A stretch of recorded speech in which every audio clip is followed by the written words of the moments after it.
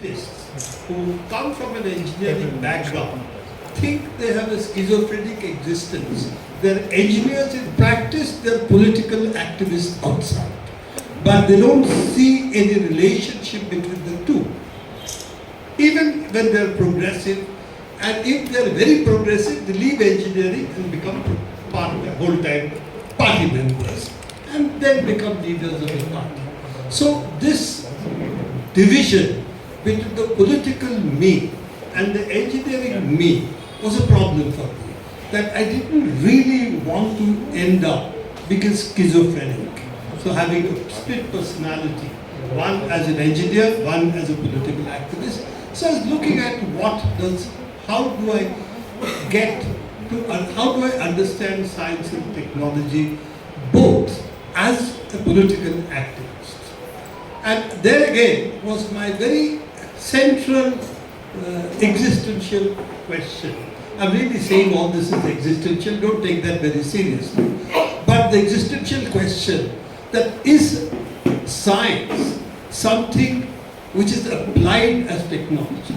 That means the vision of most people, again, is that science is the understanding of nature, its application gets us technology. And I used to think, when we work as engineers, we do not think of physics principles to apply. We have functions which we have to fulfill. Somebody wants to make a bridge. Well, we have to say, well, when I want to make a bridge, how strong should be the supports to the bridge? How many supports should I provide? If I don't provide a support, that's okay. If we don't provide a support, then if I want to make it like an arch, what would be its shape? What should be the structural elements I would put? And I used to think none of this is an application of science. It's really what I want to do. And then I had my private formulation, which I've tried to bring out more here, that science often acts as a constraint on what we can do. That means if I want to fly, jumping out of the window is not a good idea. Because, then the force of the science of gravity will work, not your aeronautics of how to fly. So the principal issue for me was then, how do I define myself as a technologist who is not applying science but has a social function which is different? The social function of science is what Jenny Bernard wrote. What would be the social functions, therefore, of technology, which is not applied science? So this is where I started writing. I've been writing on these things for a very long time. Essays here and there, short pieces. Of course, People's Democracy I've been inflicting my views for a very long time for those who read it, so would know about it. So this was where it all was. Some essays somebody would ask me to write because of the free software movement. We also became a part of what could be the larger commons issue. That how do you build commons in which, of course, the free software is in that sense a part of the commons. In the case of free software particularly, it's protected by copyright, strangely enough. Though we call it copyleft, it's really copyright protection that we apply to say, I am copywriting this. If you want to use this software, you can do it, provided whatever you do, you release. Any change you make, whatever code you further develop, you have to release it under the same license. So that's why it's called a viral license. If you touch it, you get infected. So copyright is used in order to protect the commons.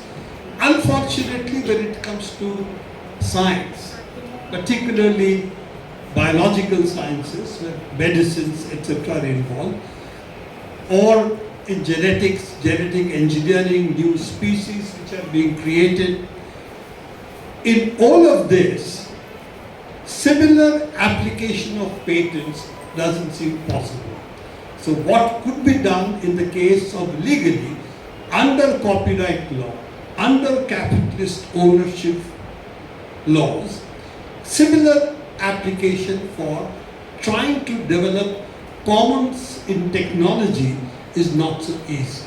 At least the patent laws do not give you that protection.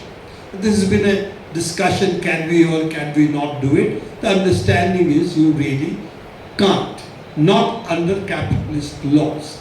And of course, as we tried in fact in Kerala to try and develop, can state government do it? And of course the final answer was no, the state government cannot do it. It has to be done under a central government law, which of course we could not do. So this is the background in which this book arises, that looking at commons, looking at science, looking at technology, and the relation between science and society, not mediated through technology, but the relationship between science, technology, and society to be understood. And as a social activist, as a political activist, how do we wage a struggle inside our disciplines and outside the disciplines in order to be able to fight capitalism? And what is essentially the enclosures of human knowledge which comes out most sharply, for example, in the case of COVID-19 case, that if, for instance, the vaccines are patented, then Africa doesn't get vaccines. They may get some because of some Gates Foundation deciding to magnanimously save a few African lives. But there is no particular reason the vaccines could not have been developed, mass-produced, and given at prices which would have still generated profits for the vaccine makers, but not monopoly profits. Now, these are questions that we have to fight every day. And if the vaccines brought it out, it was also the other issue, the diagnostic test. Diagnostic test was developed by a German university institute, research center. They made it public. And that is how WHO could provide it everywhere. And you could duplicate it, you didn't have to pay anybody extra fees for having used their patent. So here are two examples, both in COVID-19 case, which shows how human health becomes something for which huge profits can be made, or it can be done in a way that you make some profits, but also at the same time help public health.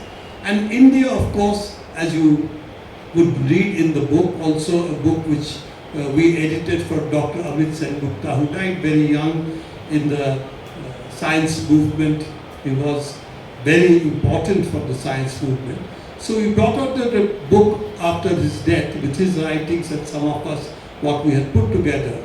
And we explored this question of how the Indian Patent Act, which was in that sense a pioneering achievement, how it broke the monopoly of Western companies on Indian medicine. Strangely enough, Indians were not so aware of it. It came out in the US in a Senate hearing when somebody said that, India is a poor country, but for antibiotics they pay the highest price. And that is because of the kind of patent fees that we are extracting from the Indian people. Now this became big news in India, and there was a huge then outcry, how is this so? And of course, Indian public sector had already started producing antibiotics. It was a very difficult task because technology was not made available.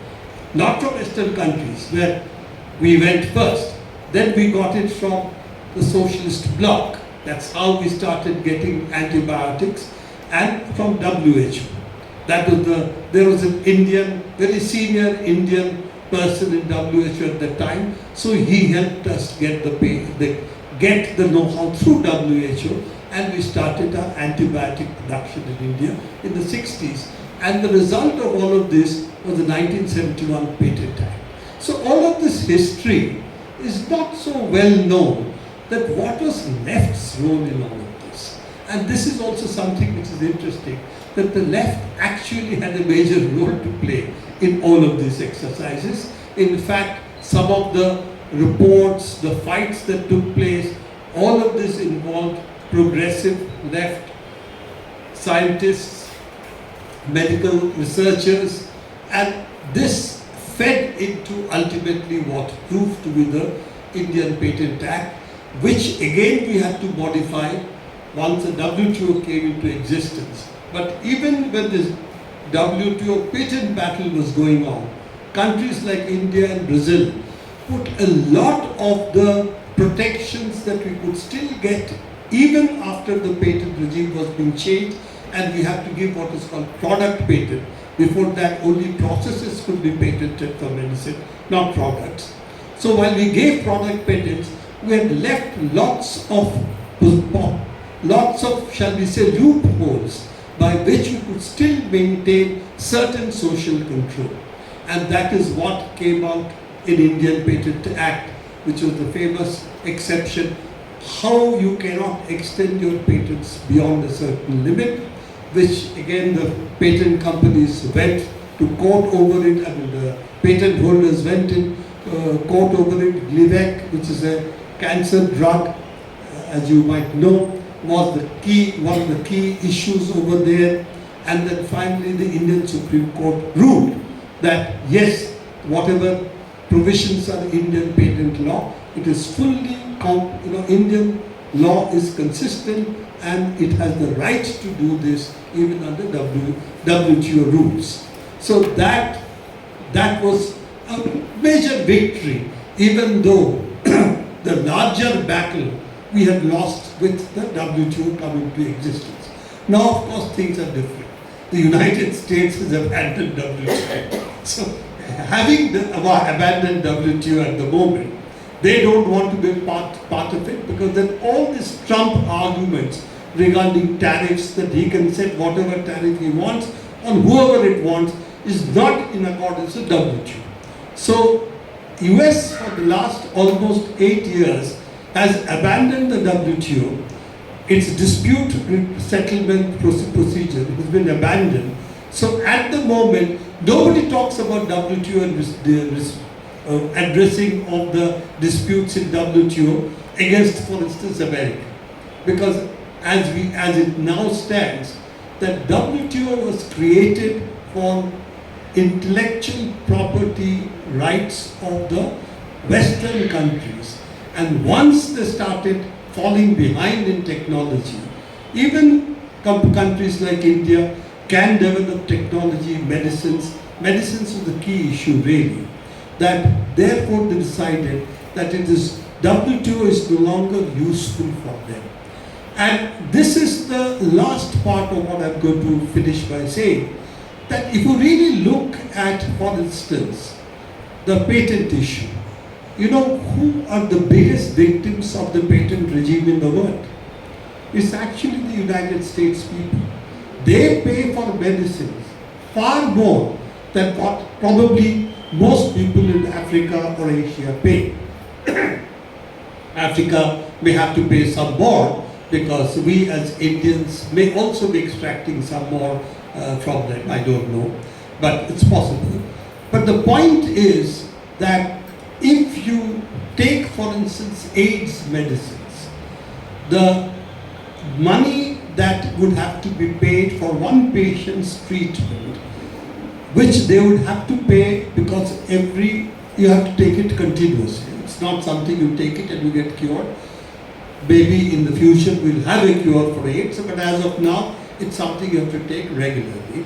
Now, these kind of medicines, which is, say, for blood pressure, for blood sugar as we call it, if all of these, you are basically, when there is you have something that you have to take every day, that's where the drug companies really make money. And therefore the AIDS medicine, because it's life-saving, and there were very few medicines at that time, they extracted super profits of that. That for once aligned a whole bunch of people in the US along with us to fight these kind of patent monopolies. And the AIDS patients at that time in the US had a very simple slogan. You don't do something on this, we'll come and kiss you. That is the slogan they raised in front of the drug companies. You don't do something about it, well, we'll come and do this.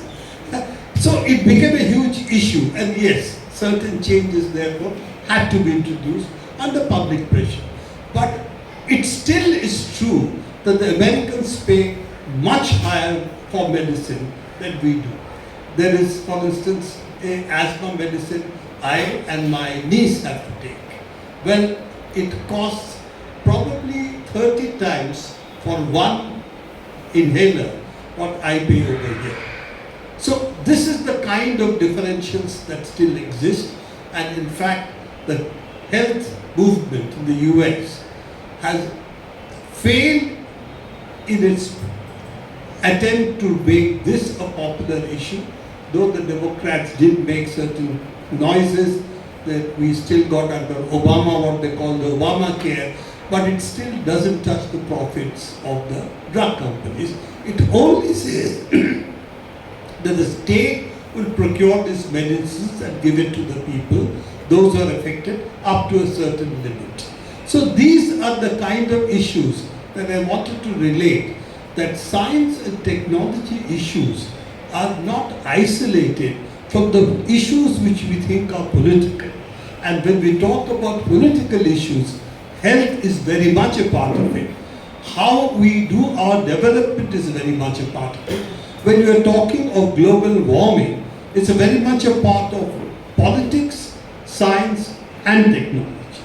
Because ultimately, we are not fighting against global warming.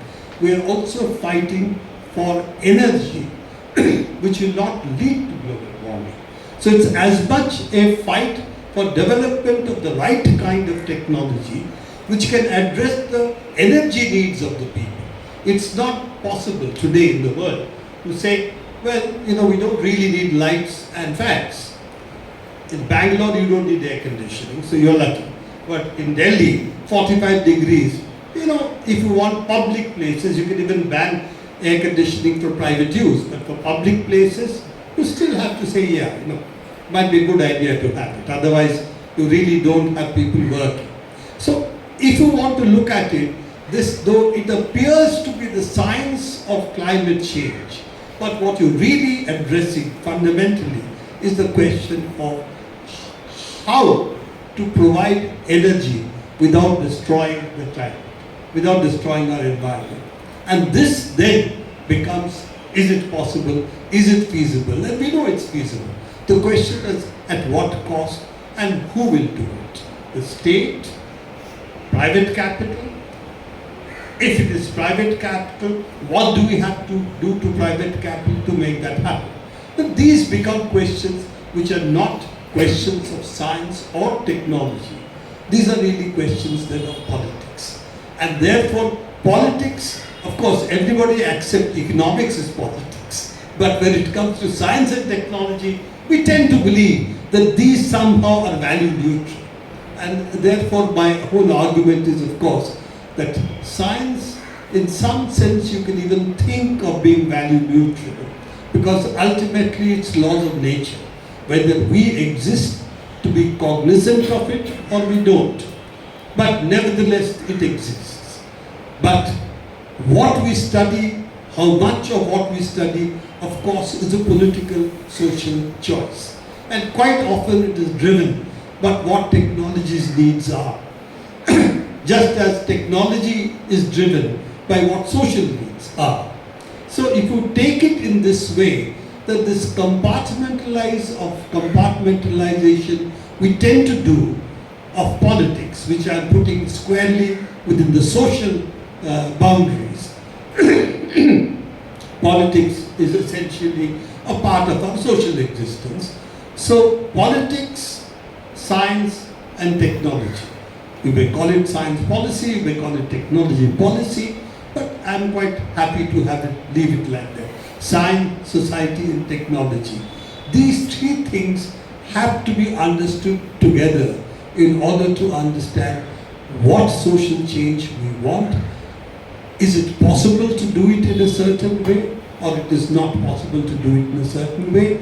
If it is possible, what are the constraints, what are the price, and who pays the price. Then all these things become questions which are really political questions in the true sense of the term. So I think this is where I'm going to end, because Geeta has already told me that I speak too long. So therefore I'm going to be cautious about it, and I'm going to leave this to you. Hopefully some of you have read the book or will read the book. But if any questions of this are there, then I'm going to pass the mic to you to either start the ball rolling or to So, you already covered some part of the things that I wanted to ask.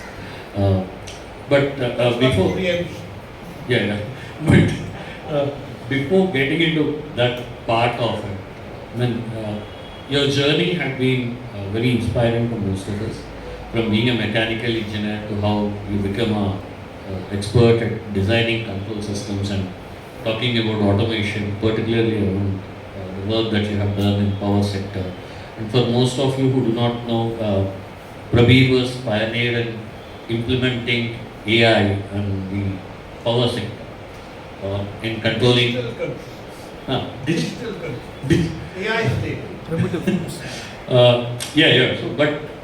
So that was the air of that time, right? So not just the digital control systems, but the middle technology between what we call today's modern AI and the digital control systems based AI. Yeah. So, can you dive into a bit of your journey as an engineer and how you look at the transition, the changes that have been happening in the technology? Interesting question, because initially when I started working, I really thought my engineering existence and my political existence had no commonality. One was to earn a living, and the other was to come home in the evenings, paste posters. Well, that is our most useful social work as an engineer we could do in politics at that stage. So this was where I started from. But I quickly realized, as working in Hindustan Motors for a little while, I realized that that there is a caste hierarchy in a factory floor, which is very strange for me. And I realized also that it was so because all the machines came from abroad. Hindustan Motors had got its technology from Morris company in the UK at that time, which Morris Minor, and there was Morris Oxford. These are the two models. Morris Oxford becomes our basically ambassador. So they got every design from there. The machine tools came from there. Now the only people who could read the instructions or the designs were people who knew English. So if you wanted to be even a lathe machine operator for Hindustan Motors, then you have to know English. So what happens then is, if you take the Indian caste system, those who have no ability to work with their hands, because they have never done it till they have grown up, okay? Our parents never worked with their hands, so they never thought that we should learn how to do our own work also.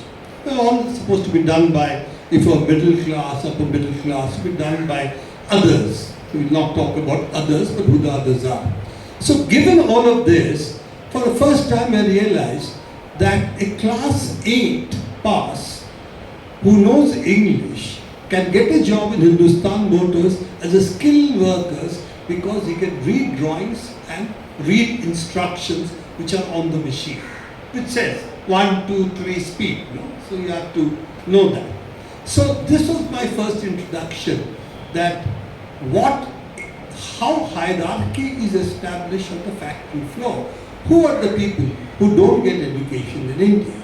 Who are the people who have manual skills, because they have been doing handwork, handicrafts, various work with their hands. They are the skilled artisans which exist in our country, but they don't read English, that they are not skilled workers. So you get that hierarchy coming to the factory floor, and of course one of my engineering colleagues, my senior, told me, you know, the workers know much more about what they're doing than we do. But you have to pretend you know, otherwise you will not be able to control them. So I realized the engineering class on the factory floor are essentially performing only managerial functions. They have no technological functions to perform. So these are things I sort of thought about, and I said, okay, I should get into design. At least some things I will know at that time. And this really is my long journey into design, understanding how technology is developing. If you want to promote indigenous technologies, what should we do? Because it's, since at that time I became what's called a consultant. So we were a consultancy firm. So you have to write specifications. And when you write specifications, you have to write it in a way that keeps some companies out and some companies in. Some technologies out, some technologies in. So how do you do that in a way that you just do not say that I want only foreign companies to come in?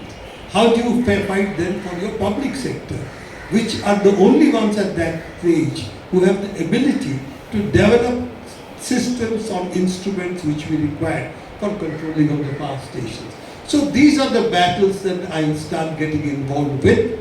And once you do that, we were one of the very lucky ones because of a visionary autocratic chairman of the Andhra Pradesh State Electricity Board, Tata Rao. He was called Tata Rao.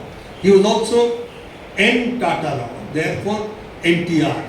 Okay. The other NTR, not the one you formally associate with Andhra Pradesh. So he was the one who said, I want one push button start for the entire power plant, complete automation of the power plant. So we were supposed to do that. So we did that exercise. There were, I think, only one or two plants, some in Japan, which had been automated to that level. So we did the specifications. Of course, it did mean that Hitachi came into the competition. They had a collaboration, I think, with Keltron at that point. So they got the order. So it's still public sector in that sense. But there I learned a lot about what design really means, because we have to invent for ourselves a lot of the things. And of course I also learned that you learn from your vendors, because they are the ones who really know what they're doing, hopefully. And therefore you have to learn from them. But you have to do it in a way that you can push the technology sphere as well as make it accessible to companies within the country, if we are not going to be dominated by entirely foreign companies. I was also in NTPC for some time, and I could see there were people who wanted only foreign equipment. Why? If you get foreign equipment, you get foreign trips. Okay? So as simple as that. It's not even kickbacks, that is not the major issue. But, there is a vested interest for everybody. The junior engineer who to write finally the document, the boss who tells him what to select, which vendor to select, all of them have a vested interest to see that only foreign companies get in, because then you say, I've got the latest, and of course you get a number of foreign trips. So these are the things that you also see from inside, how technology really gets, how technology decisions are part political, of course part money, and money in both senses, not the cost of technology, but the cost of human beings. So this is something that I saw very closely. And then since we all believed in self-reliance, that was the larger slogan of the national movement, the slogan of the left, the Nehruvian sections of the Indian political spectrum. So the question is, how do you work out a science and technology policy which then makes the nation more self-reliant?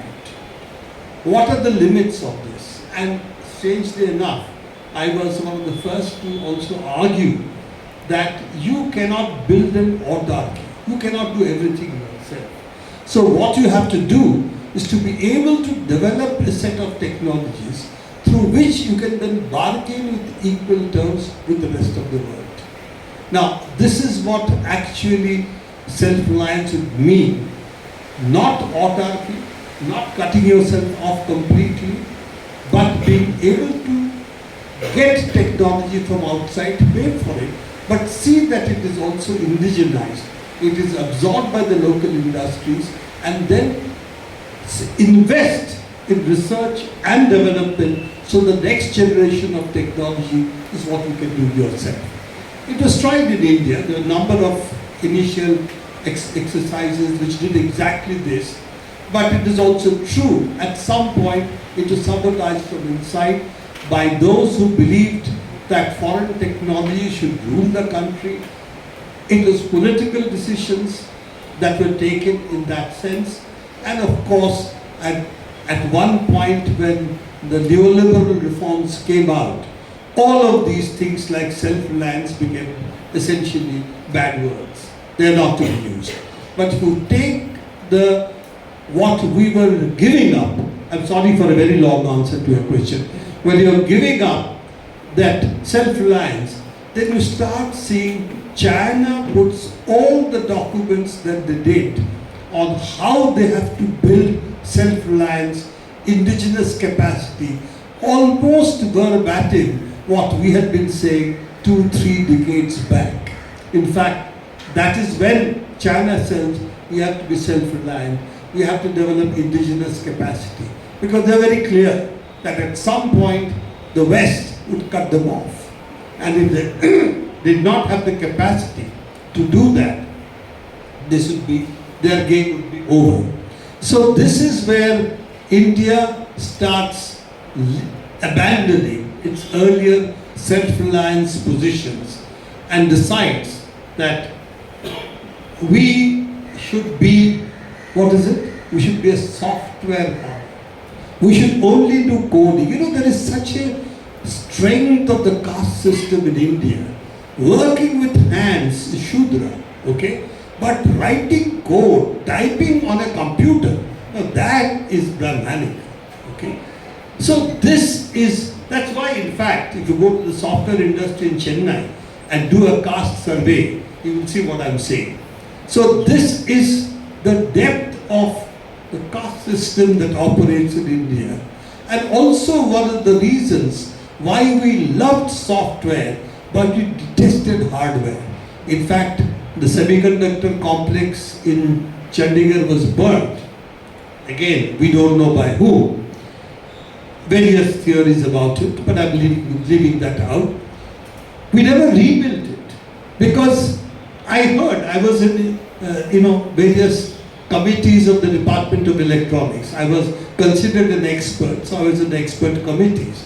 And it would be argued very strongly that chips we can buy, that is not a problem. We should concentrate on our strength, typing, software. So this was these are the things which made me, in that sense, combine my politics, my understanding of technology, and also the realization what's the relationship between science and technology. It took a long time. So I'm not going to say that, I had the divine inspiration very early and after that I became the Buddha. That didn't happen. It's been a very long journey, and that long journey continues even today. The only good thing about me is, though I'm 78, I don't think I'm that old, but I sit and start writing these things. So I'm quite willing to learn even now. And I think that's one thing that we need to teach. I need to teach the next generation. One thing you should not become a Buddha too early. That you've got the final gyan, that you have to think that you are always going to learn things, because this is a world which is developing continuously. And there are always new things you have to learn. And fortunately, we will die well before we have learned everything. So there is always something new to be learned. So in that sense, that is the way I do think all of us as activists, as science activists, as technology activists, within the larger framework of politics, have to act. I don't know whether I answered your question or not, but nevertheless I've given a long version. So yeah, the still bits and pieces of it which we will complete in the next subsequent questions. You have to read the book. Yeah. So for all of you, the books are available outside, so please buy a copy of it. Both the books, Keeping Up the Good Fight and also Knowledge as Commons, both authored by Prabir are outside. Please buy your copies before you are going. So when we have been explaining, so it's a very important aspect of how we have deviated ourselves from the indigenous development part of the technology and got into this dependent and just limited ourselves to the coders. Now there is again a very important aspect also on the amount of science knowledge that we produce within the country. I mean the whole gambit of how the education system had been spoiling itself and the amount of research that we produce. In the early description of what made you necessitated to write this book, you have explained the difference between science and technology, but if you can actually emphasize a bit more on the double click on that aspect of science and technology a bit more, and how science is having an indigenous science part has to be an integral part for the technology part as well, and how that is important. If you can actually a little bit elaborate on that. Define the difference between science and technology and how it is important. The technology activism we are doing as a present, value activity is doing the science activism. Now how both of these are important from the indigenous perspective. Well, it's an interesting issue really that my article on science and technology and its relationship is a 1978 one. And when I I tried to rewrite that article, I thought that I haven't really changed very fundamentally from that position. Of course, it has to change. My English has got better. But apart from that, it's not really there is any fundamental change in it, because I did think that I wasn't doing science when I was doing engineering. And this realization came to me fairly early. So that elaboration is there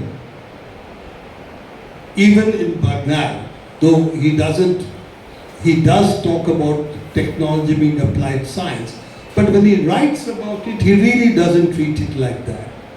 And it's also interesting that Marx also wrote about, say, the development of hydraulics and where did it come from. And in fact, I think Engels writes in one place that social needs provides impetus more than 10 universities. And he was talking about hydraulics, development of hydraulics. Torricelli was the figure he was referring to, because irrigation needs were there in Italy, particularly hilly territory, river streams, and how to control them. And knowing the level differences, what you do.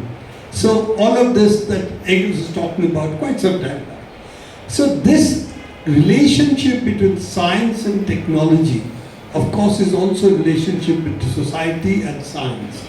Because quite often you think technology mediates between science and society. But if you take that all artifacts that we prepared that lead to either developments of science or developments further in technology, I'll give you two very simple examples which are quite well known, so it's not that I'm saying something new. For instance, we all know that astronomy owes enormously to telescopes. We know that without telescopes, a lot of the advances that happened, including what Galileo did, would not have been possible. Now, where did Galileo get his telescopes from? Well, he actually made a lot of it himself. How did he come to know that a telescope could be made by lenses?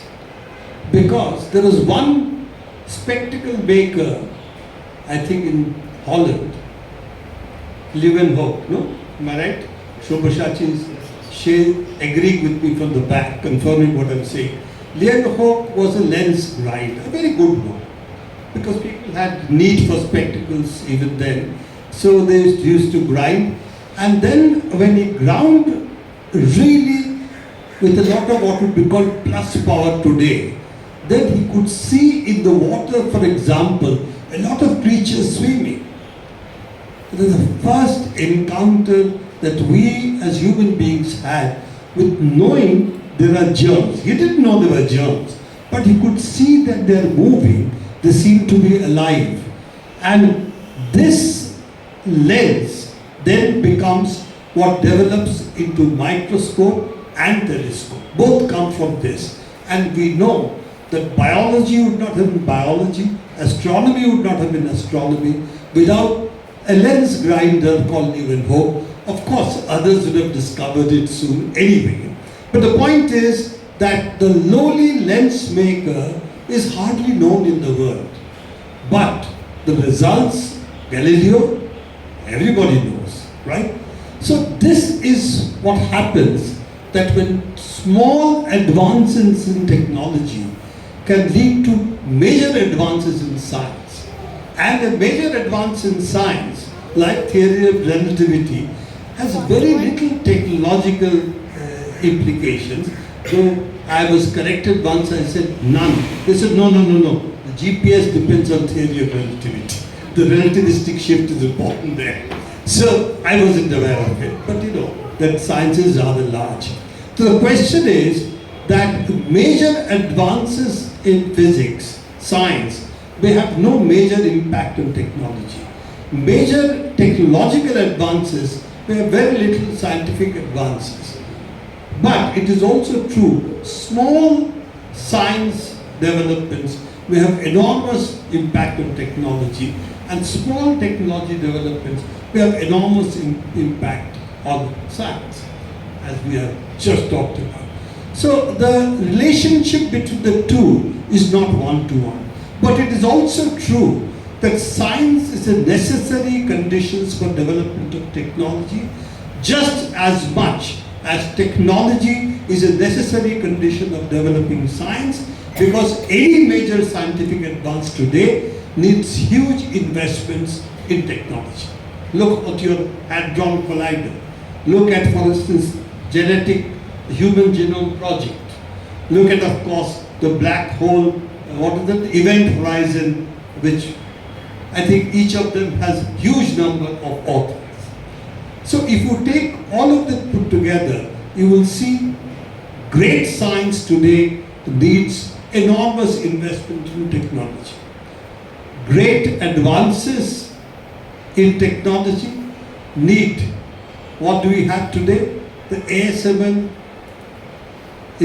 the chromatographic instrument, etching thin lines. Lithography. That machine which makes the chip, right? Lithography. It's photolithography. Lithography, yes, absolutely right. I didn't hear the word L, but yes, lithographic machine which etches extremely fine lines on the chips. The ASML lithographic machine is the bone of contention, that China cannot get a lithographic machine beyond a certain capability, because then they can get the next generation of chips, and therefore in the chip wars, the ASML lithographic machine has been banned beyond a certain level to be used by China. Now ASML is a Dutch company. It doesn't come under supposedly US laws. Why does it happen so? Because Cymer is an ASML subsidiary which is located in the United States. They work with Lawrence Liverpool Research Laboratory, which is a weapons research laboratory which also does lasers. Okay? And they, because of the Cyber being an American subsidiary, and because their work was done in conjunction with Lawrence Liverpool Laboratories, this is what America claims is the viral legal control they have. Anything they touch, they can use sanctions. And of course, the Dutch can't fight the Americans. And without Cyber's patent, there might be a problem. So ASML reluctantly agrees that they cannot sell the next level of lithographic machines to China. Now this link between technology and science is there. But again, it's not a one-to-one, because cyber laser is only one part of a very complex machine. But the point that I'm making is that science and technology have a relationship, but when you're researching on the laser research really was which came out of the Star Wars scenario. If you remember that Ronald Reagan thought that with lasers you could hunt all the satellites and therefore you could take out any missile that's coming to attack the United States, and that was the whole Star Wars scenario, which this man also, Mr. Trump also believes in. He's also thinking about lasers being used in a similar way to stop all attacks on America. The point I'm making is that we have driven the investment into lasers, but that was not what really, intent was not an ASML machine, intent was weapons. So there is no one-to-one relationship again between what you think you will get and what you finally get. So you have to invest in both if you want to develop as a nation. And unfortunately, I'll end with what Professor Kailath, who met me because his partner wanted to meet with Geeta for some reason. So I got also invited as her, shall I say, long boat, in which Bangla is called lang boat. So, to her. And there I met Professor Kailath, because he had his textbook on control system in our engineering days written by him. So he is from Kerala. He is an American professor now of great renown and serving in various government committees. He was saying, in 80s and 90s, we were on par with Korea. He also mentioned Israel and various other countries. Now, China. Then he said, now they are far ahead of us. We are way behind. It breaks my heart, he said, that IITs today, the 100 institutions in China, he also talks about South Korea and Israel, who are far ahead of the IITs in basically in infrastructure than what we have today. So he was lamenting of the fact there was a vision at that time to invest in universities, institutions, Indian Institute of Science, Bangalore. All of this, there was that investment that they wanted to make, but that at some point ran out of steam, and we decided that we'll send our people abroad. Why do we have to do all this? We'll just manage. IIT's main idea should be produced to export engineers to America, and we will get things from there. And what we should teach our people is to become basically coders, not ones who do the system design, but coders, and become offshore platforms for selling software services.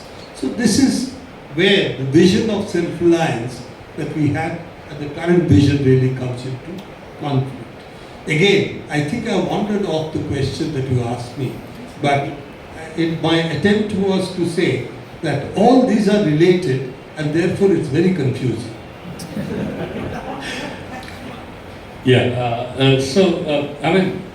So this whole gamut, right? Like, how do we interpret the theory of knowledge? Because it's already this. When you say like we cannot do one-to-one comparison, and the book is all about knowledge as commons, right? So how do we look at the theory of knowledge and apply it to the contemporary technology world? When I say it, when I ask that question, it's also from the perspective that we are part of as free software movement. We started with the intellectual property, software as a property, to then the dataverse, and then what is happening today in the name of GenAI. So in this whole gambit of things, how do we interpret the theory of knowledge? I actually combined three questions together. So, the minute you say theory of knowledge, you say philosophy. So I think we should get philosophers to answer the question, after which we will not understand what they're saying anyway. So I'm only going to say that for me, theory, that I don't understand per se a theory of knowledge. I do believe that knowledge is what we get by interacting with nature. And interacting with nature, we try to generalize. And we call them theories. If they work in a sense that they explain what is happening, but also explain what we discover later, can be explained by it, then we say it has basically predictive power. And in science, if a theory has predictive power, we think that somehow validates that theory, till we find new things, which of course will not conform to what the theory says. And then we have a further set of open questions. As we know, for those who do not study, who do not do research in science, they don't know that science actually we understand a small part of the world. A lot of the world we don't understand, but we don't say that. Because if we say that, then we can't teach it. Like for instance, always we say electricity is the flow of electrons, and therefore why is the good conductor? Because it's metallic, the ions are more free, and therefore electricity can flow. It doesn't explain superconductivity, right? We know room temperature superconductivity is a little much, but not so low temperature superconductivity. There are a number of them we don't understand. There is no theory which explains it as of now. So do we give up our theory? No. So it is not that theory as Popper argued. If it is falsified, then we reject the theory. If we do that, we will not advance science at all. Because then we have to give up every theory, because some things it will not explain. So these then are called open questions. We know the theory is not enough, but we don't throw out a theory unless we have an alternate theory. So this I am explaining very simply because I am not a philosopher.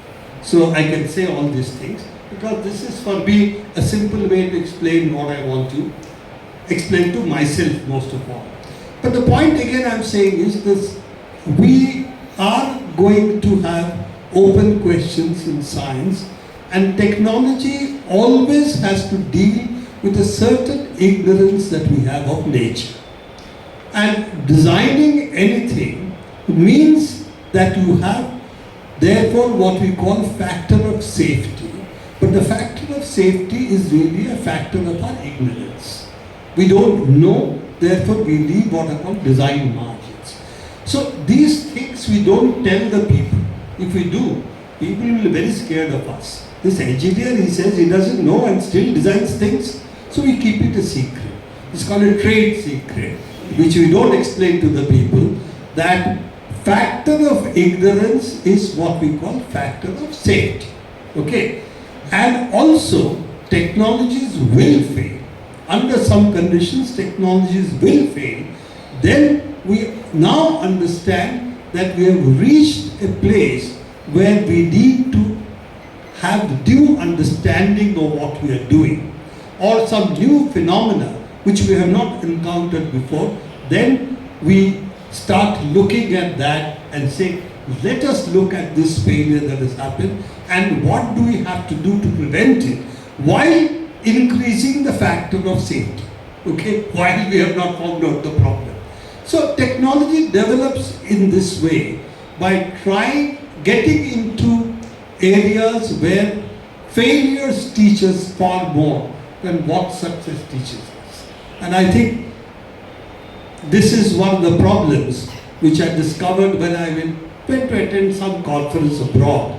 And then somebody from India or another third world country did a lot of work on some specific method which were being then discussed about in research.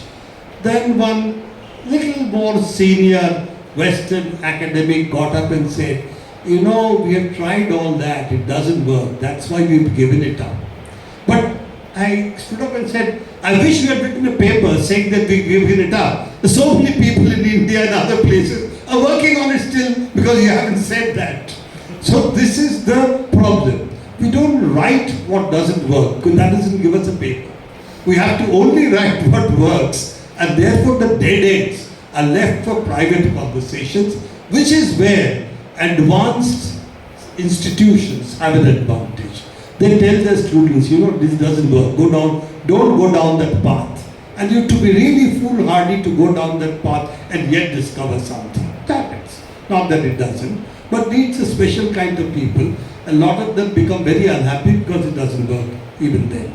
So all I'm saying is a lot of things about science and technology which we learn from the textbook is not how really science and technology advances take place. And I think it's important for people in this audience to really understand that what we say the way science and technology develops, in a normative sense it is true, but there are a lot of edge cases where real development takes place.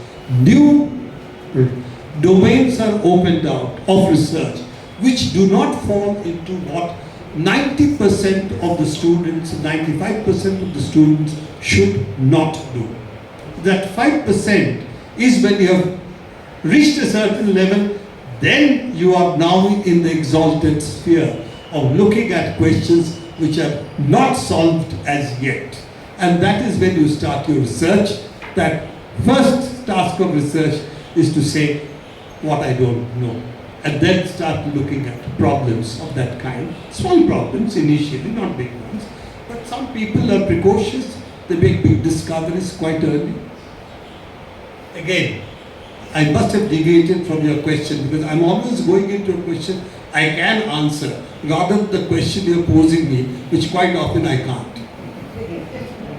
No, now that, so we have discovered your engineer perspective, we have discovered your philosophy part of the perspective.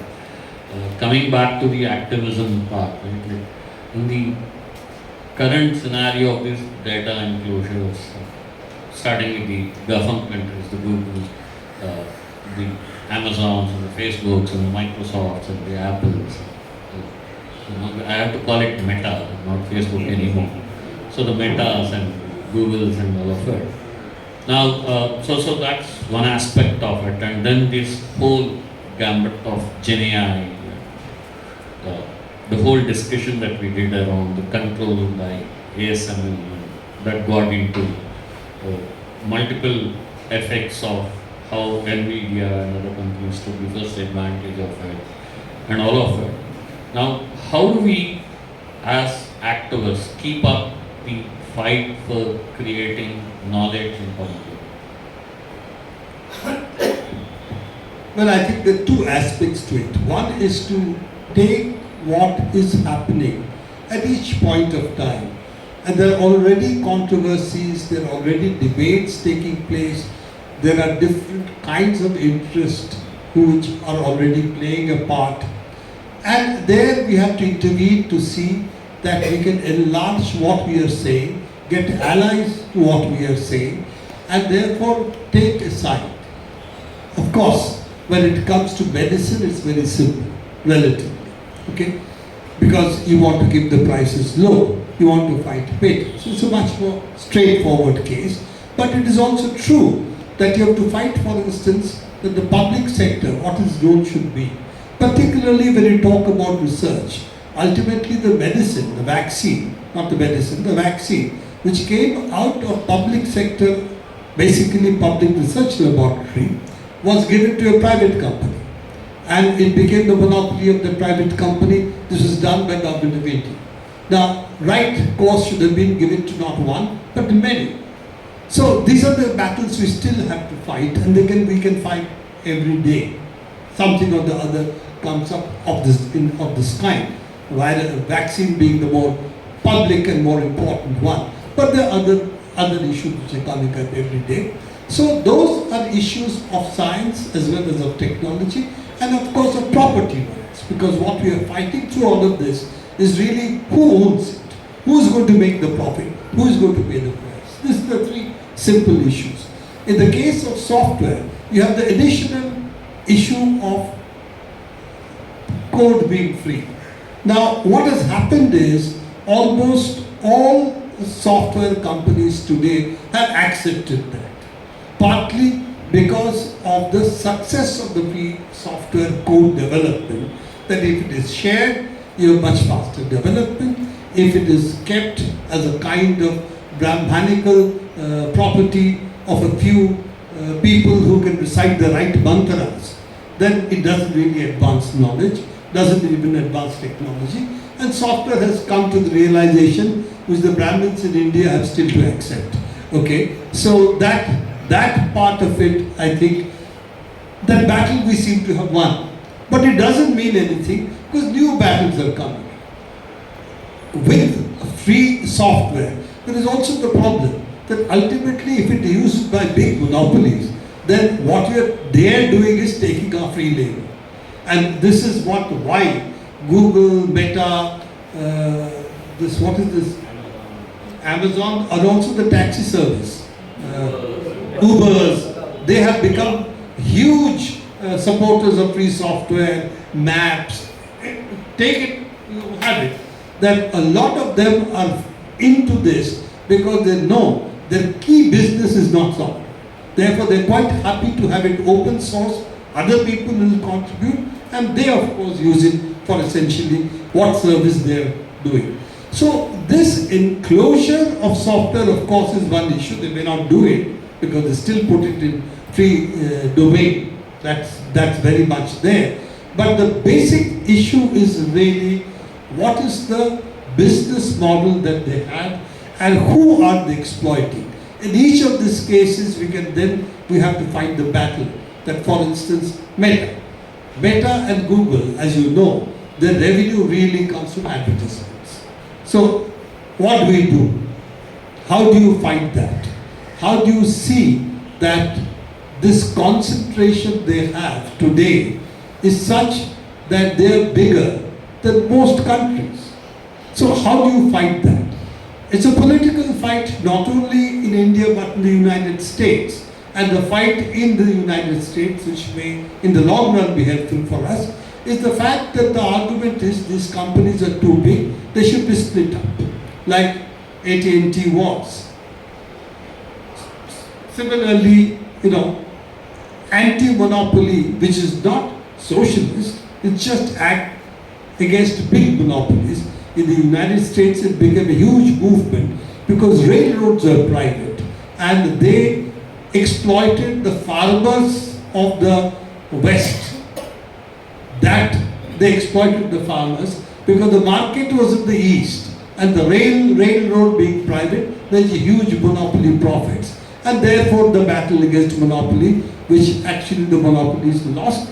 But now, of course, we know those anti-monopoly provisions are rarely exercised, but they've come back against Google and Facebook, on Meta, as you said it, for example. And it is possible, unless Mr. Trump overrules it, that they are going to suffer some consequences. Interestingly, both these, the legal formulation in these cases, were done by one Indian and one Pakistani origin legal person. Two legal persons, not one, two legal persons, both women in the United States. So India, Pakistan, bye-bye, wahan ho raha hai. No, okay, ban, not bye-bye. So interestingly, these battles are there. How do you intervene then? What do we do about all of this? These are questions. But at the same time, the real issue for me is that while developing software in Andhra, they are now at Telangana, they are trying to develop a LLM which will be like with large language model developed by Swechha, for example. very interesting efforts, no question, both in terms of educating the people who are going to be a part of the process, but also new possibilities. But really, the final issue is how the products of these can be socialized so that ultimately it ends up being empowering the people who at the moment are the most exploited and cannot access technology. So how do you really fight those issues?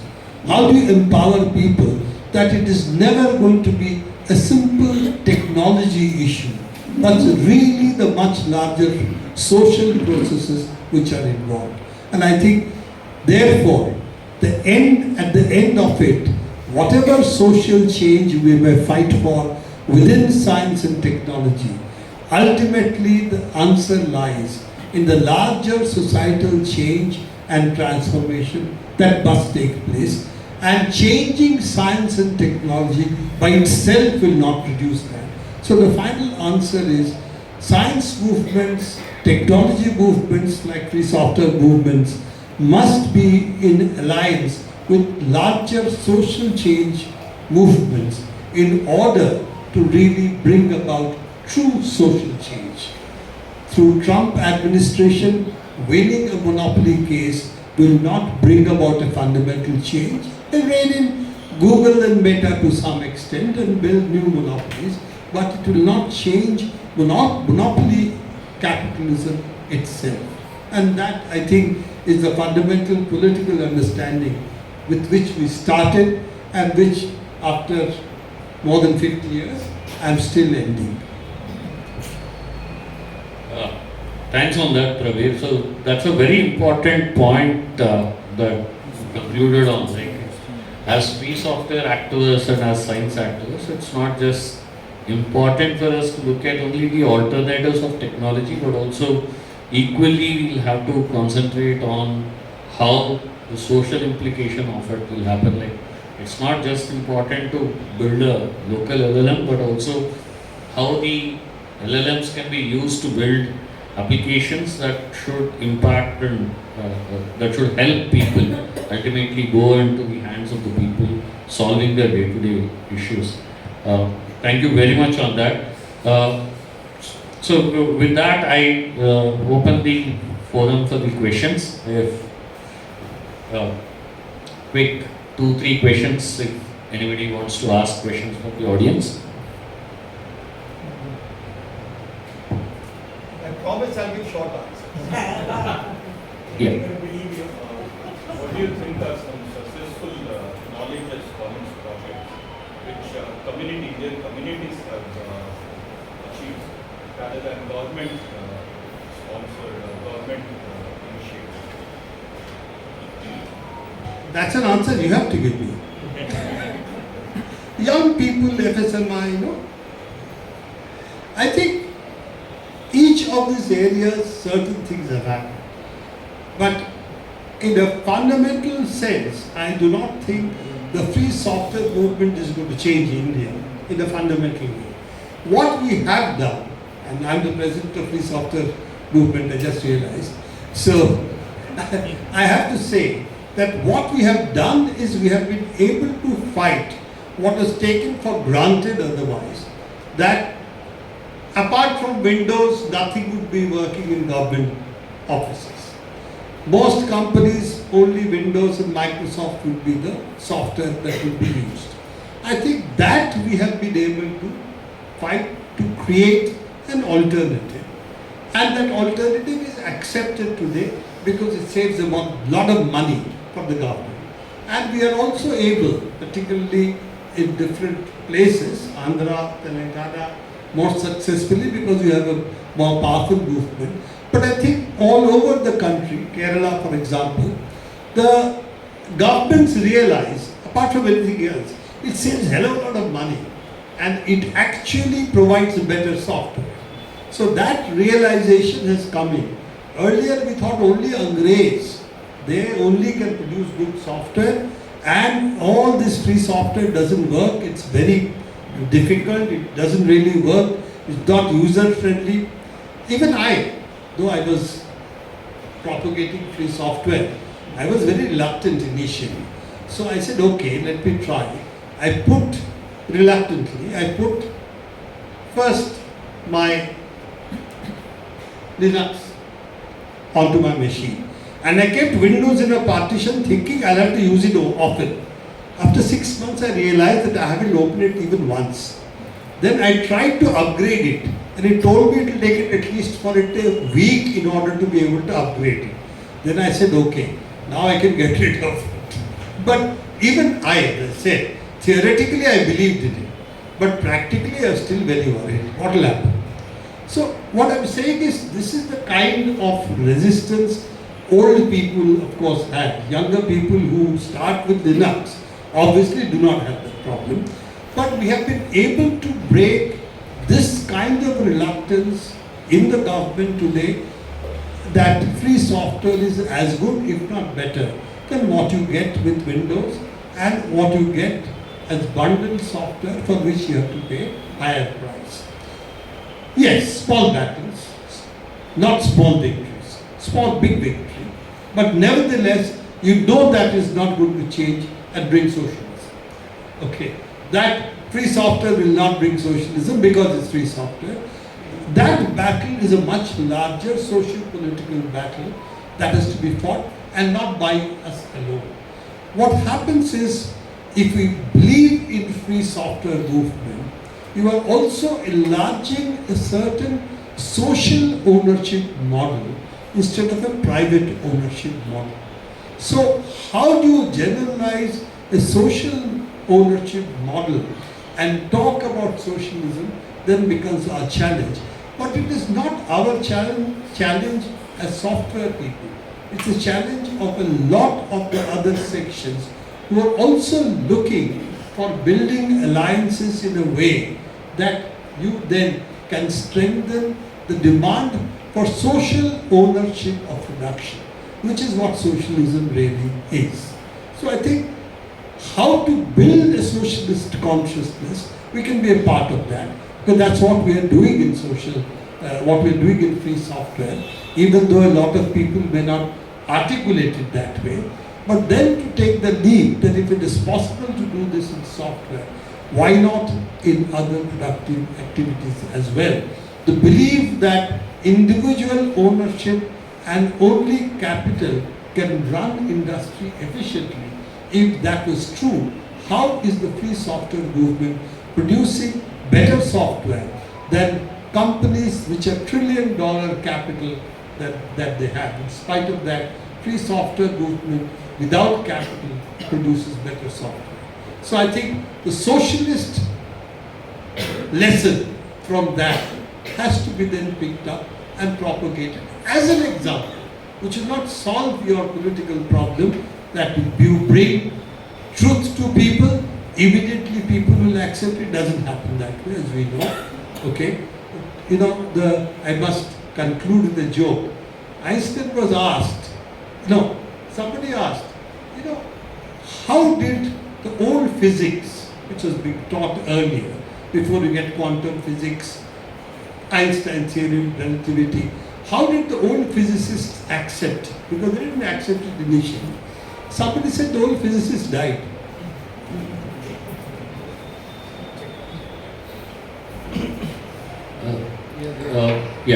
Before that, I just wanted to add a point. So, while Prabir answered it from a very larger perspective, there are very minor achievements also which have been inspired.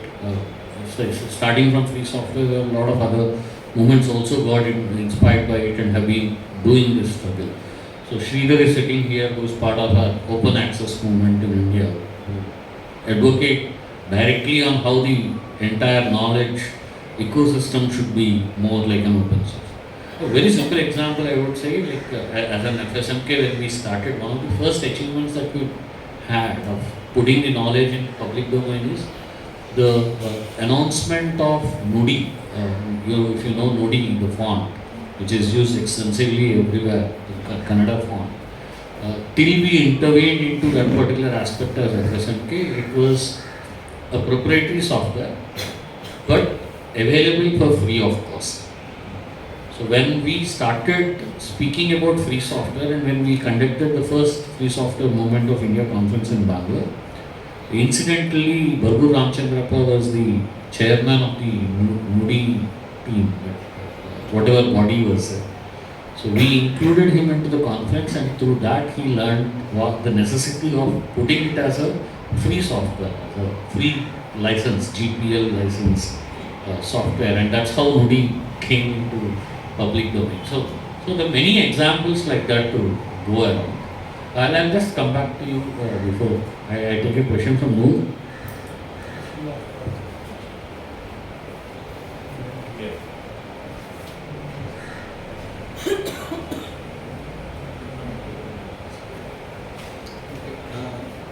This is the second session I'm attending. So first was when I was in Pondicherry University, part of student movement. So we invited you to give a talk about how we should see technology from student perspective. And you said student movement emerged from the anti-imperialist stand. So we should see, as a student movement, we should see technology from the anti-imperialist perspective. And it was very eye-opening for me at the time. And I was part of this student movement as well as I was part of this piece of when I was in university. And it was very eye-opening for me. So thank you for that. And the question right now I have is that, so when BJP do this mass computerization, like Digital India campaign and all those things. So one thing we can understand it is into our corporate nexus. It is corporate have more gain more capital through that and all those things. So I want to understand: is there any other aspect to see this? Since when it comes to digital technology itself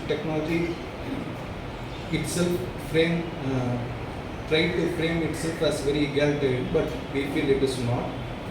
So if it is very egalitarian, so the core idea of Hindutva is Brahmanism. So if it is very egalitarian, it contradicts the idea of the Brahmanism itself.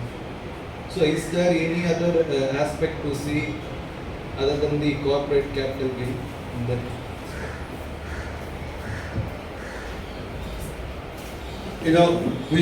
I can see that there are some worried looks on particularly Geeta's face. She's worried that I'm going to speak for the next 1 hour of this.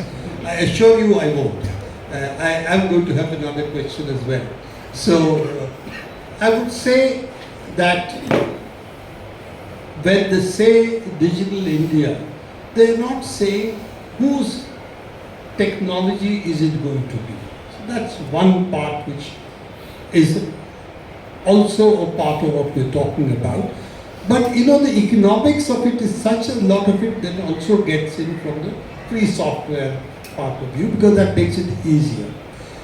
But I think one thing we must understand about technology, that fascism was never against technology, it was very anti-science.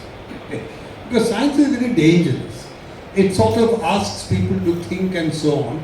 Technology may be easier to quote, or technologists are easier to quote, because they've been told they're apolitical and they believe it.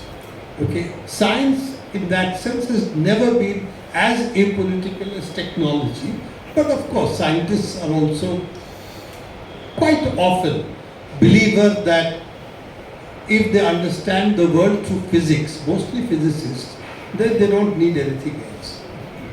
And being anti-physicists a little, because physicists are the elite of the scientists in that sense. They think they are, at least. So, the point that I would make simply is that they are worried if you start talking about science, because science then explodes the possibility of myth, which is what the caste system and the caste-based past that they espouse is then comes into question. So if you start asking questions, that is a threat. To give formulas is much easier. And technology, particularly things like Digital India, can become formulas rather than an entry into the new world of knowledge or the new world of technology. So it is like the same thing, that basic minimum primary school education, okay, to be a citizen. So you can go and vote. That would be considered the basic need of democracy. For Digital India is digital literacy. They are not threatening, okay? But if you start raising, or if you start making people think, how do we understand nature? How do you understand society? Then it is subversive. And therefore questioning is subversive. But learning certain skills is safe. And I think that's very much a very Brahmanical twist to our cognitive abilities that the Indian caste system has really bred into the population. That certain things are okay, but beyond that you should not question. I think in the debates on Indian philosophy, so one Indian woman philosopher started raising questions, and the Rishi, the opponent, said, you go beyond this, your head will now break open. Death threat, straight. Questions you're not supposed to ask. Be in your place, woman. So I think that is the issue. There is always this part of science, what we call scientific temper. Not old scientists losing their temper, but how you look at science and nature. I think which leaves open the possibility of cognitive challenges to system and thinking, which is what they would oppose. But that way, digital literacy, all of that is very safe. It is learning by rote again. But again, these are things which are double-edged. They may think that digital literacy will mean only that. But digital literacy also means social media, also means giving voice to the people, also means their need to clamp down on social media using all kinds of laws. So all of that is also there. So I'm going to say, unfortunately or fortunately, if you open up possibilities for people, then the possibilities are always going to be both. And it is what we do then that will certainly decide what the possibilities, what happens. So the need for struggle and alignment in the struggles with whom, that becomes a key question. I think one final question. One last question. Yeah, so in the context of AI, since there is really a need for a collective view of AI, do you think it's critical also to build global alliances to kind of formulate that kind of collective AI? Ideas of self-reliance, etc. A bottom-up collective view of AI. And if so, what is SMK thinking about how to and if SMK does not think that it's critical, then what is SMK's position on that? As of now, development of AI tools are still going to be done by a selective set of people who have access to essentially computing power. You can collectivize it, like social, for instance, what they're doing in Andhra. But if you really want to build what is commercially going to be useful right now, then it is going to come out of certain companies. What happened with DeepSeek is not they built a more advanced AI. Whether they did or didn't is an open question. What they did is they put it in public domain. They made it open source. As a result, n number of people know what they did and they were excited by it, and it is actually as many Westerners, if not more, than the Chinese who got as interested in DeepSeek as a possible tool as anybody else.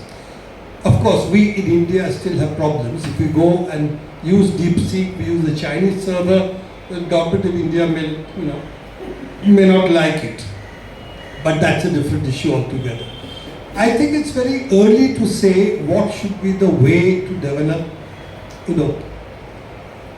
in artificial intelligence, because what we have are large language models. They are not, we call them artificial intelligence in a very generic sense. But if you're talking of really AI in a very fundamental sense, that not the Turing test, which now can be passed by the language models, but really whether a machine can think for itself. Is it a self-referential machine? That I think is still very far away. But I'm an old man, so I may not be the best person to give an answer on this. And there are a lot of AI gurus, very well-known ones, who have said we are frightened by what is happening. And actually it should be banned for some time, because it is possible to generate an AI which will then could seek world power, so to say. So we are in a very dangerous position by doing all this. That's also being said. So this was, in fact, there was in biological sciences, as you know, a period in which certain things were not supposed to be done. And whether we should use the same rules. Unfortunately, in a world as fragmented as today, where AI is seen to be a tool for war, which is what Israel is using in Palestine regularly, as long as it's seen to be a part of war, it's unlikely that we can get into the situation of dealing with AI as humanity as a whole. It's entered the competitive military arena today, and therefore you are going to see each country not agreeing with others in the belief that they have the edge and therefore they don't have to share knowledge at all. Now this is where I think we are in a very dangerous point in history, because as you know, nuclear weapons exist. They are still being modernized. Huge investments are being made to modernize nuclear weapons. We are talking of weaponizing outer space. So all the things which we had sort of put a boundary on only 20 years, 15 years back, all those boundaries are being weakened at the moment. So we are at a very dangerous point in history, not so much because of AI, but because of all these developments as well. So I do believe that what the atom bomb did drove home to the scientific community the social responsibility of the scientists. I think that consciousness, which is weakened at the moment, needs to be reborn within the scientific community, but also the software community, technology community, which generally have been very apolitical. And they need to be born in this, because we are slowly reaching the stage, not one country, two countries, but much more than, many more than that, can destroy the world very easily. And I think that's the biggest danger we face. AI is one more weapon in that sense. Because if you start building weapon systems which can autonomously take decisions, which is what virtually Israel is doing in terms of what target to strike, then we are in very dangerous territory. Yeah, but to just sort of reinforce the first part of my question, that there's a clear need for an alternative bottoms-up collective view on AI framework. So my question is, we know all these things, and Without that. political will. Can I answer some of the initiatives that we have? Just one second. Without the political will, it's not going to happen. And unfortunately, the political will is not by one country or one city. No, I'm not talking about countries in done this all. I'm talking about movements such as FSM. Yeah. So some of the things that we are doing, and I'll answer that. So speaking about Gen AI, right? So there are three important issues that we'll have to counter from public domain perspective. The most important being the compute, the question of compute.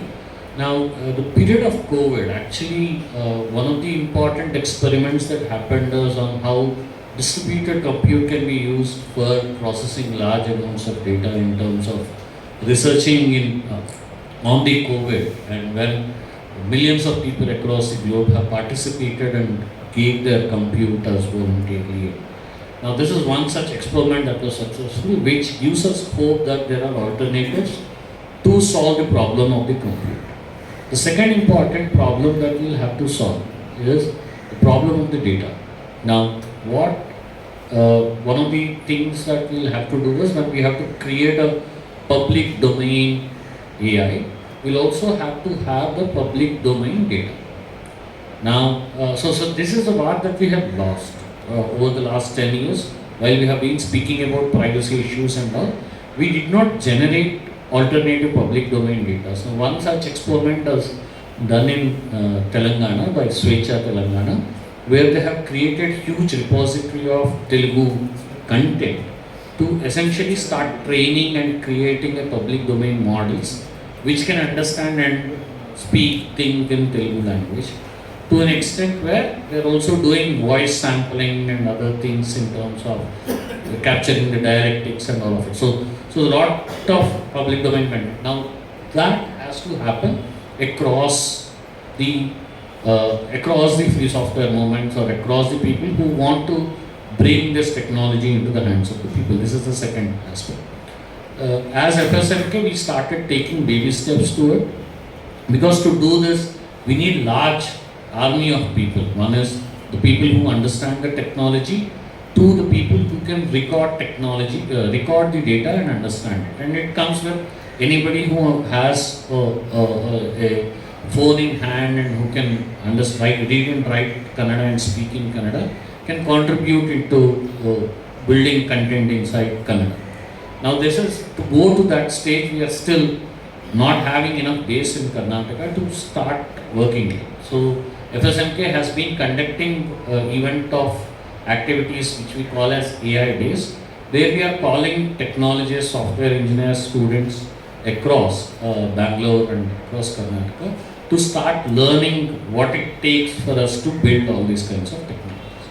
One of the important things that has also happened in the last 1 year is Telangana Swecha has collaborated with IIIT Hyderabad, and they announced something called as Vishwam.ai, and FSMK is going to be part of it. We are not yet participating in it because we are still in the preparatory state of it. Now what is Vishwam AI is, the concept of it is to essentially build AI for global south. So that's the larger gamut of things.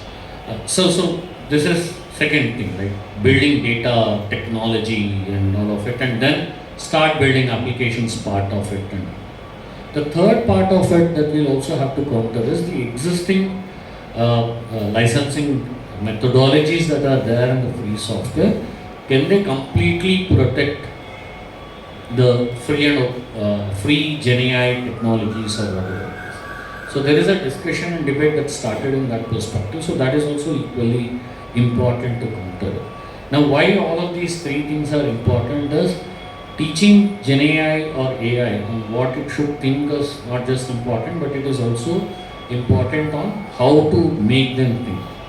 A very vague example, I was speaking to one of the actors, he said he wrote an article about the WTO and ILO and all of it, and he submitted it to ChatGPT, and ChatGPT removed everything that is referring to World Bank or people's struggles or whatever it is, because it's against the sentiment in which ChatGPT is.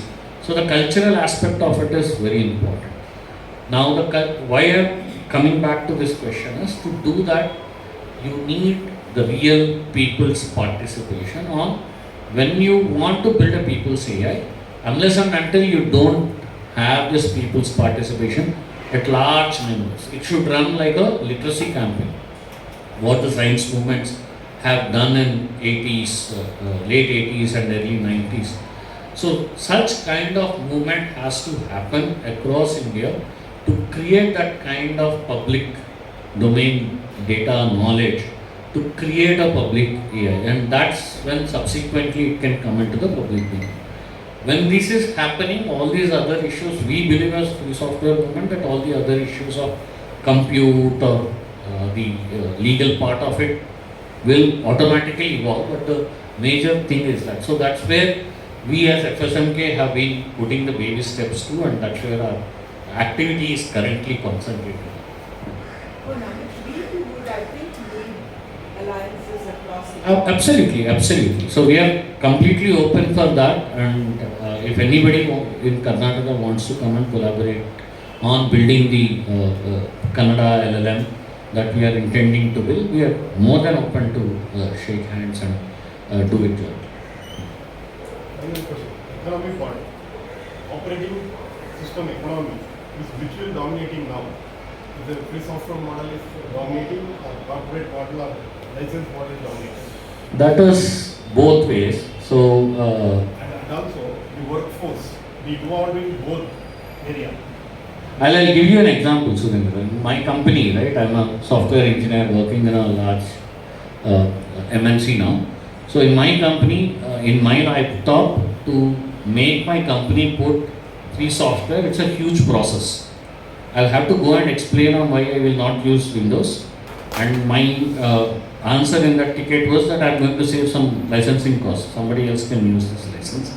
Now it starts with that, as basic as that. So even at the corporate world, you have to teach your IT department, which gives you laptop, on why it is important to free software. On the contrary, there are a whole bunch of experts who work on AWS and Azure and all of those guys who propagate to our clients that you should all use free software because that is more secure in processing and all of it. So this whole applications should be built in it. In my company, we don't have a Microsoft practice. We have something called as JAWS practice, Java and open source practice. But to their employees, to get a free software laptop, they have to go through a long route of answering all these questions to the same teams to get this. So it's mix of it. So the predominantly the business aspect of it is in free software. The application part of it is in proprietary. Any research article is there for this question? Any research article? Huh? Research articles Research articles. on this question. I don't think. Workforce wise separation and also economy wise how monopoly can. I don't think anybody has done that research. It's only dependent on how many Windows copies are sold. You see, the research is actually clear. Free software is much cheaper than patented, copyrighted software.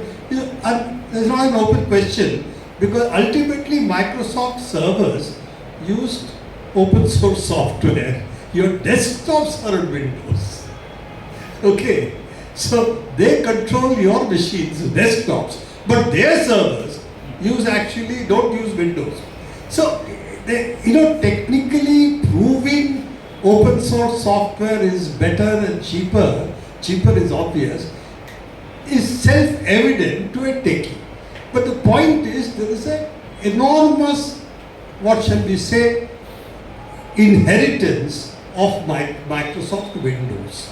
And it is basically amongst a huge set of people who have used Windows, grown up with Windows, and will not switch to Linux easily. And Geeta is one of them, for example, sitting here. She learned Windows. Now, she's damned at her age if she's going to learn something else again. Okay? Now, that is the problem. It's a legacy issue. It is not an issue of technology.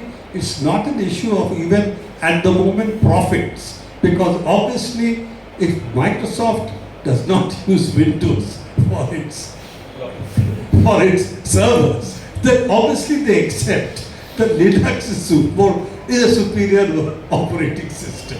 So I don't think these are really issues of technology.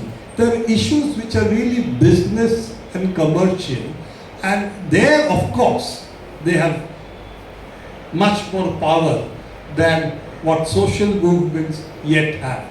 But the point again is, it's important to realize that the battle of Windows versus Linux is already over, because no good coder today is going to use Windows. That is where the battle has been lost. But the legacy is like giving up smoking. I'll tell you one story.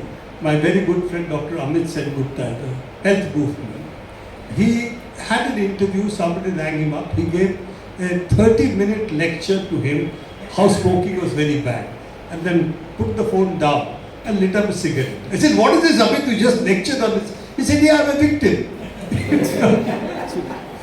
So this is the problem. The victims are the problem. Yeah. Thank you everyone for joining us. Thank you Bangalore Collective for collaborating at a short notice. Thank you all the audience to come in. I know Bangalore. Sitting through patiently. Yeah. So the books, both the books are available here. The Keeping Up the Good Fight and Knowledge as Commons. This book is priced at 370 rupees. Keeping Up the Good Fight and Knowledge as Commons is 350 rupees. So please buy a copy. There is tea outside. So before you move out, please have a cup of tea and have some biscuits that are kept there. Thank you all.